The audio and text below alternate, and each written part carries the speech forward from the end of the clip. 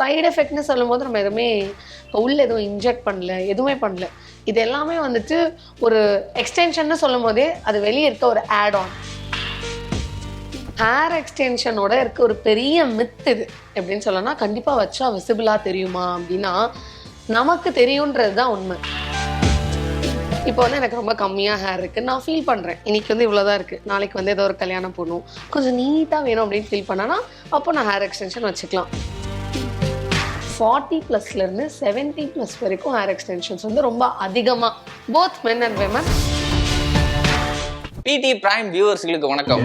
இன்னைக்கு நான் எங்க வந்திருக்கேன் அப்படின்னு பாத்தீங்கன்னா ஹேர் எக்ஸ்டென்ஷன்ஸ். அதாவது நிறைய பேர் வந்து பார்த்தோம்னா முடி கொட்டுற பிரச்சனை இருக்கும், தலையில சொட்டை விழுகிற பிரச்சனை இருக்கும், இந்த மாதிரி நிறைய விஷயங்கள் இருக்கும்.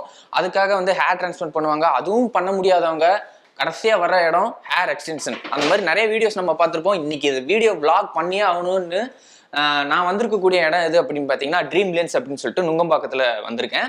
ஸோ இதனுடைய நிறுவனர் இவங்க வந்து விஷ்ணுபிரியா. இந்த மாதிரி ஹேர் எக்ஸ்டென்ஷன் அப்படின்னு சொல்லிட்டு இவங்க தனியாக ஒரு பிஸ்னஸ் பண்ணிட்டு இருக்காங்க. நான் இந்த மாதிரி ஹேர் எக்ஸ்டென்ஷன் பற்றி விளாக் பண்ணலாம் அப்படின்னு தேடிட்டு இருக்கும்போது இவங்கள இங்கே கண்ணு முன்னாடி ஒரு குத்துக்கலாட்டு இருக்கிறேன், என்னையெல்லாம் வச்சு பண்ண மாட்டேங்கிறாங்க. சரி ஓகே நான் வந்து பண்ணுறேன் அப்படின்னு சொல்லிட்டு இங்கே வந்துட்டோம். இவங்களுடைய ஸ்டுடியோக்கு தான் இப்போ நம்ம வந்திருக்கோம். இது எப்படி என் கையில் மாட்டிக்கிச்சு, இது எப்படி போடுறது, இது எடுத்து வச்சு இந்த மாதிரி டெக்னிக்கலான விஷயங்கள் எப்படி மாற்றுறது, இதுல என்னென்ன விஷயங்கள் இருக்கு அப்படிங்கிறத இந்த வீடியோல நம்ம ஃபுல்லா பார்க்க போறோம். வாங்க வீடியோக்குள்ள போலாம்.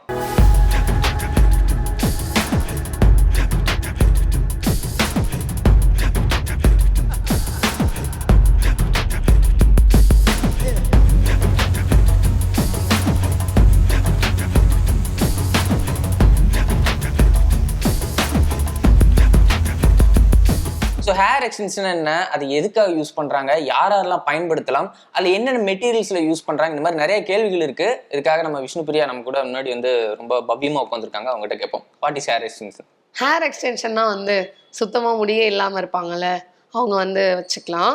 இப்போ வந்து எனக்கு ரொம்ப கம்மியாக ஹேர் இருக்குது, நான் ஃபீல் பண்ணுறேன் இன்னைக்கு வந்து இவ்வளோதான் இருக்குது, நாளைக்கு வந்து ஏதோ ஒரு கல்யாணம் போகணும், கொஞ்சம் நீட்டாக வேணும் அப்படின்னு ஃபீல் பண்ணனா அப்போ நான் ஹேர் எக்ஸ்டென்ஷன் வச்சுக்கலாம். சில பேருக்கு வந்து முடி அதிகமாக கொட்டும், அவங்க ஹேர் எக்ஸ்டென்ஷன் போகலாம். இப்போது ஹேர் டிரான்ஸ்பிளான்ட் தான் எடுத்த உடனே ஐயோ எனக்கு முடி கொட்டுது, நான் ஹேர் டிரான்ஸ்பிளான்ட் போயிடுறேன் அப்படின்னு சொல்லுவாங்க.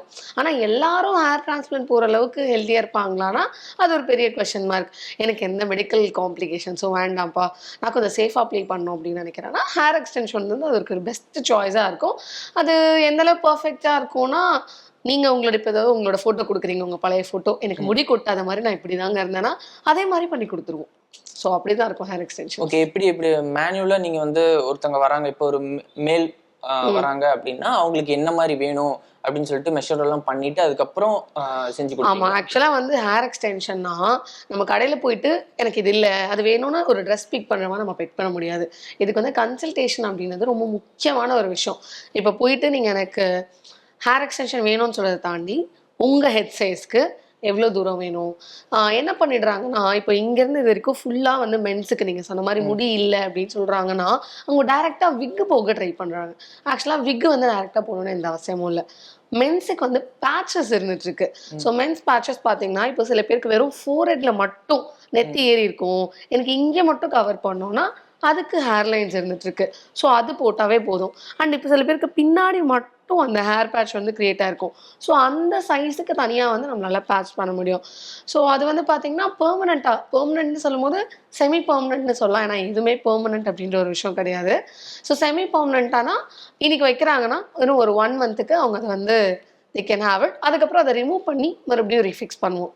ஸோ அப்படிதான் ஹேர் எக்ஸ்டென்ஷன் ஒவ்வொரு தடவை பண்ணும்போது ஏதாவது தனித்தனியாக செலவாகுமா இல்லை அது இல்லை? ஆக்சுவலாக இது வந்து பார்த்தீங்கன்னா நிறைய டெக்னிக்ஸ் இருக்குது.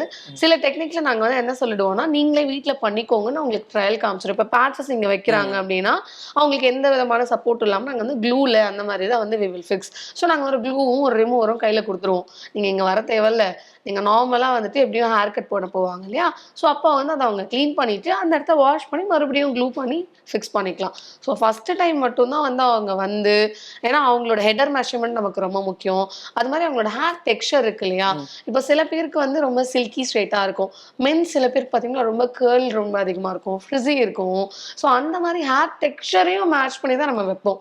சில பேருக்கு என்னன்னா எனக்கு ஹேர் எக்ஸ்டென்ஷன் வச்சிருக்கேன் ஆனால் வெளியே தெரியக்கூடாது அப்படின்னு நினைக்கிறாங்கன்னா அப்போ அவங்களோட முன்னாடி எப்படி இருந்தாங்க முடி இருக்கும்போது, அந்த மாதிரி ஒரு ஃபோட்டோவோ ஏதோ ஒண்ணு காமிச்சாங்கன்னா, அந்த லுக் வந்து சில பேர் பண்ணலாம்.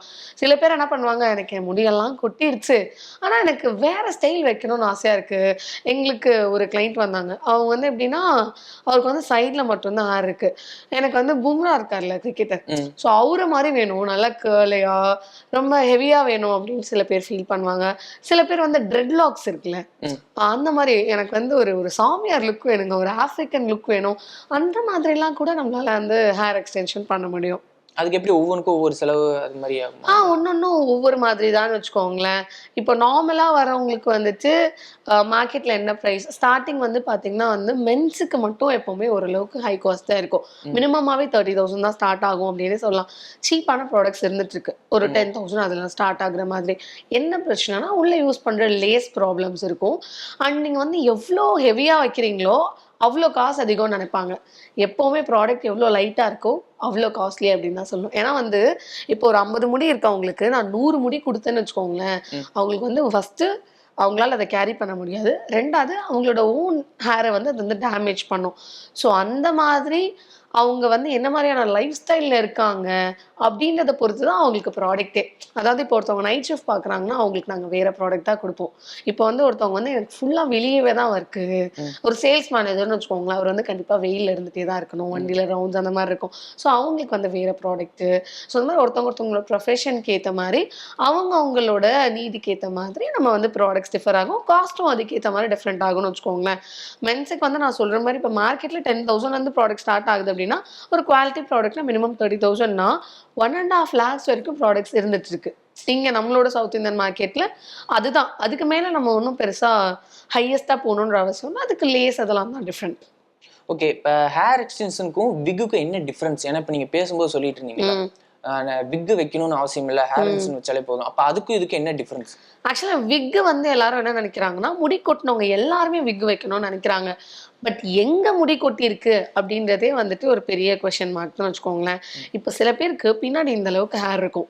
ஃப்ரண்ட்ல வந்து செம்மையா பயங்கரமா ஹேர் கொட்டியிருக்கும். அவங்க இப்ப விமனா இருக்காங்க அப்படின்னா வந்து நம்ம கிட்ட கிரவுன் பேட்ச் அப்படின்னு சொல்லுவோம். ஸோ அது வந்து டாப்பர் அப்படின்னு சொல்லலாம். இந்த ஏரியா மட்டும் கவர் பண்ணி அது வந்து அவங்களோட அகைன் நெசசரிக்கு ஏத்த மாரி. அவங்க வந்து எனக்கு தூங்கும்போது வேண்டாம். மத்த டைம்ல இருந்தா போதும்னாங்கன்னா, அவங்களுக்கு கிளிப் ஆன் அந்த மாதிரியான ப்ராடக்ட்ஸ் சஜெஸ்ட் பண்ணுவோம்.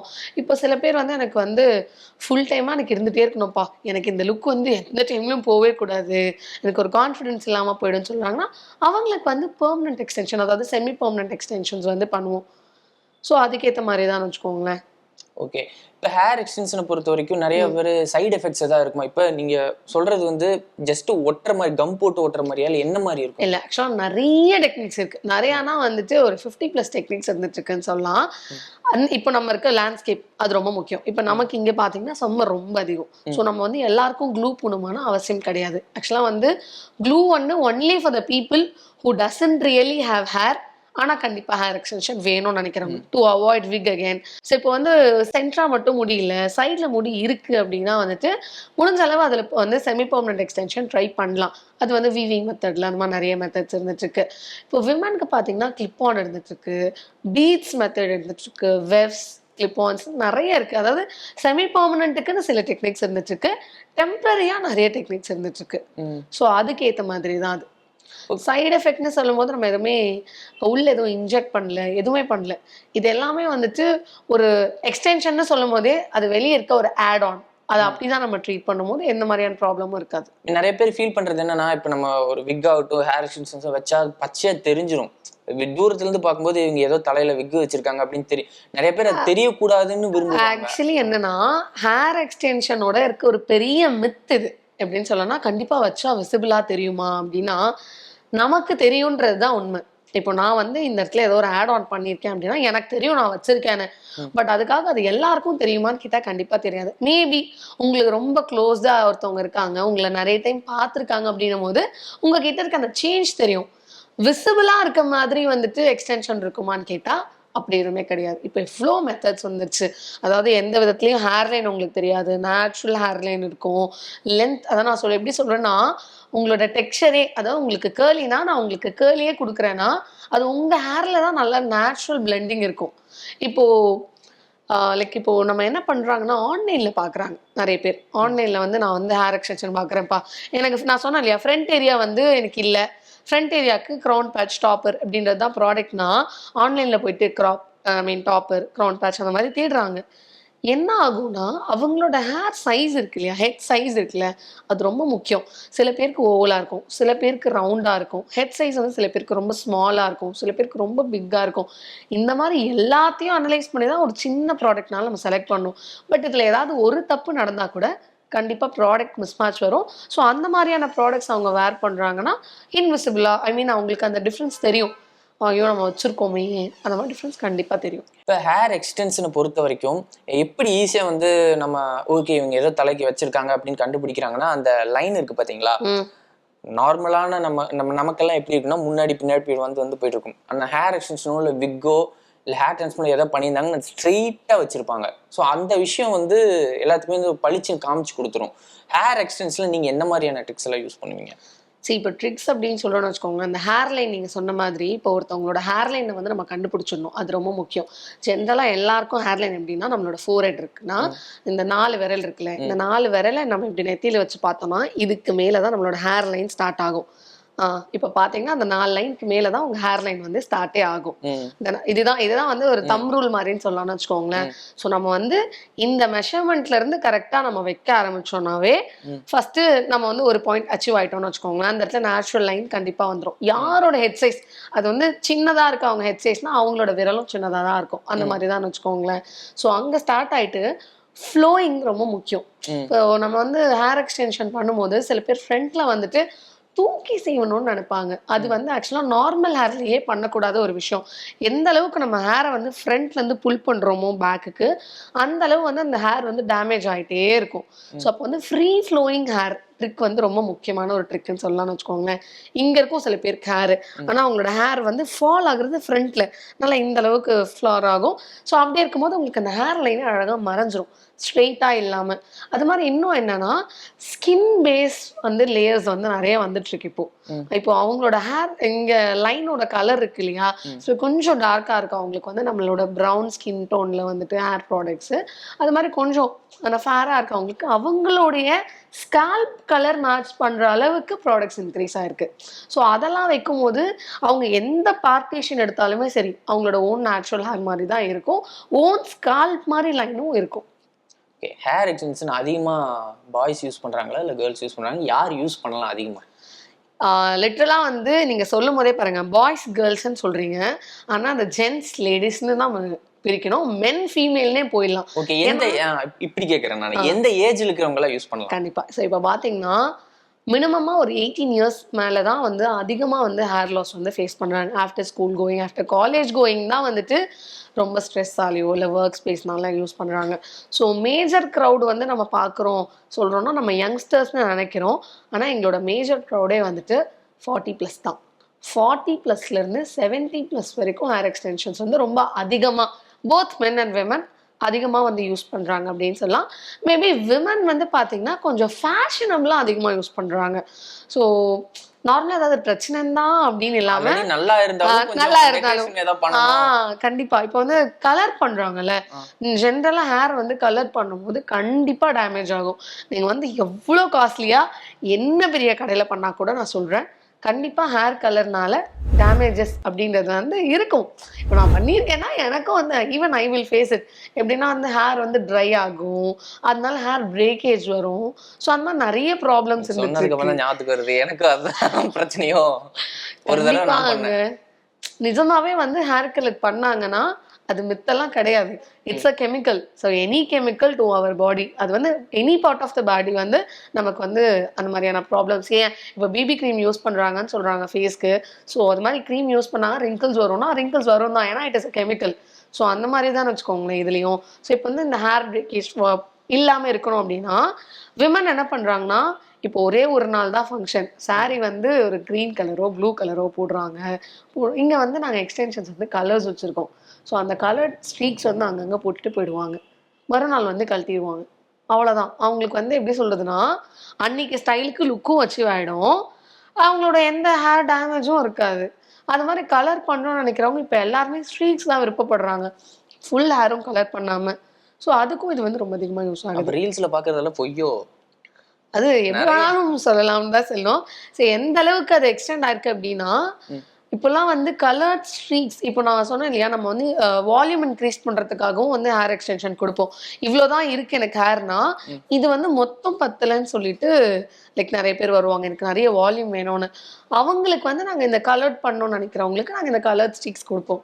நீங்கள் வந்து கலர் பண்ணி வச்சுக்கணும்னு நினைக்கிறீங்கன்னா you can have it. So semi பர்மனண்ட்டாகவே வந்து எக்ஸ்டென்ஷன்ஸ்லேயும் கலர் பண்ண முடியும். எக்ஸ்டென்ஷன்னா வெறும் கருப்பு கலர் முடி மட்டும் தான் நம்ம வைக்க முடியும்னு கிடையாது. எக்ஸ்டென்ஷன் வந்து கலர்டாக இருக்கும், அதை அப்படியே வாங்கி வைக்கலாம், ஓன் ஹேர் டேமேஜ் இருக்காது.